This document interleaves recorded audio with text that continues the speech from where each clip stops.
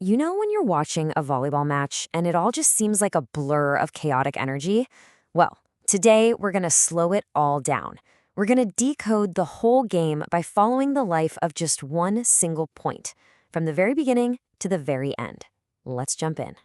So, what does it actually take to win just one of those points? I mean, on the surface, it looks like a lot of jumping and hitting, but it's actually this beautiful, coordinated story of strategy and skill.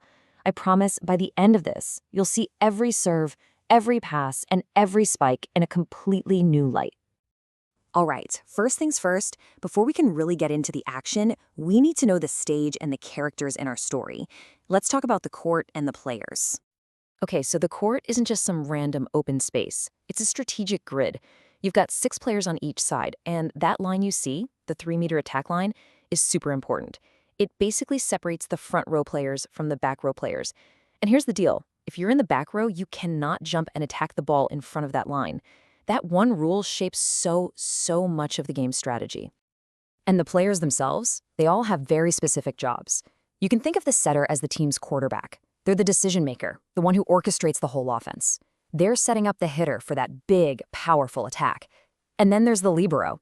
You can always spot them because they're wearing a different colored jersey. They are a defensive master, a specialist, but they have their own set of rules, like not being allowed to attack the ball over the net. So now we know the players and we know the court. Let's get this thing started.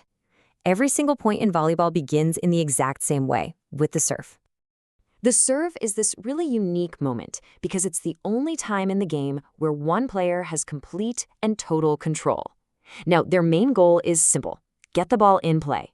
But a great serve? Oh, that's a weapon. It's meant to be aggressive, to mess with the other team's formation, maybe even score a point right away.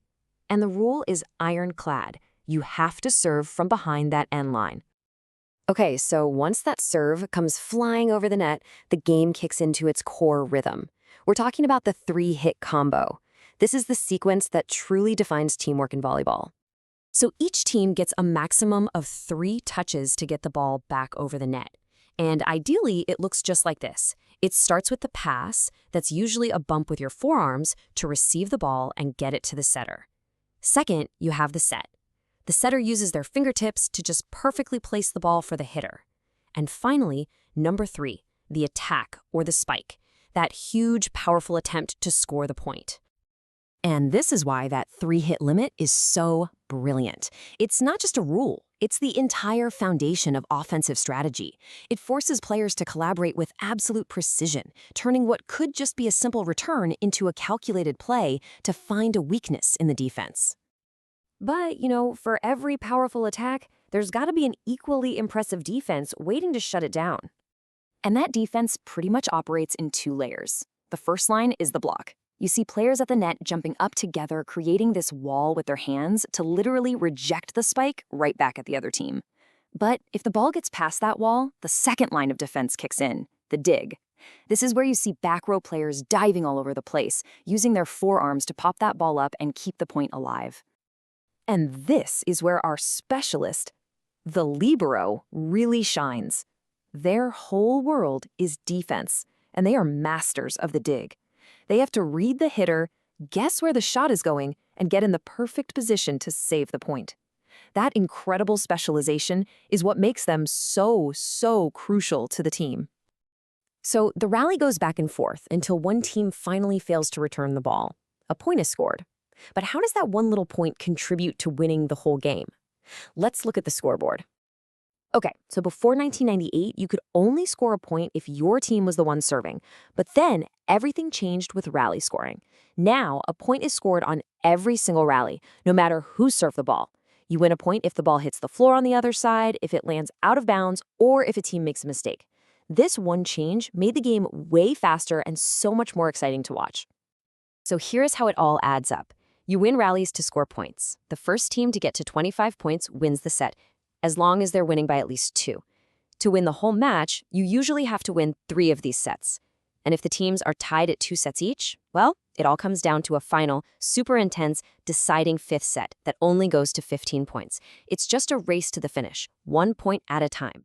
But, all these rules and strategies and points, they add up to something that's more than just a game. The very way volleyball is structured, that constant back and forth, it builds something deeper in the players. I mean, every point requires incredible teamwork and constant, nonstop communication. But more than that, it builds resilience. Just think about it. With rally scoring, every single mistake you make gives the other team a point. You have absolutely no choice but to forget about it instantly and focus on the very next play. That develops a kind of mental toughness that goes way beyond the court. So, as we've seen, one point isn't just one action. It's a whole story. It goes from the solitary pressure of the serve to the perfect three-touch dance of the offense, all the way to the desperate split-second reactions of the defense. It's a complete narrative of strategy, skill, and pure teamwork, all told in just a few seconds. So we're left with this thought, right? Volleyball teaches resilience and collaboration in every single rally. It kind of makes me wonder, what's a key life lesson that a sport has taught you? Thanks for joining me on this breakdown.